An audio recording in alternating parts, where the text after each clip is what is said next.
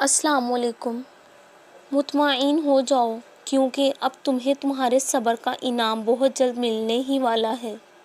تمہارے یہ آنسو جو ہیں اب خوشیوں میں تبدیل ہونے والے ہیں اور فیکون سے تمہارے لیے عرش سے معجزے اترنے والے ہیں۔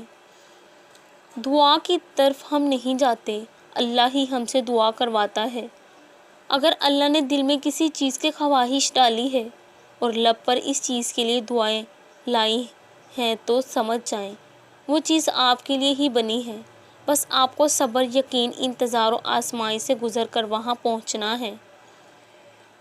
تمہیں دعا تک لایا جاتا ہے، تم دعا تک خود نہیں پہنچتے، تمہیں دعا تک لایا جاتا ہے۔ تمہارے دل میں کسی چیز کے لیے دعا کا خیال آنا اور تمہارے ہاتھوں کا دعا میں اٹھنا ہی اس بات کی نشانی ہے کہ اللہ تمہیں نوازنا چاہتا ہے۔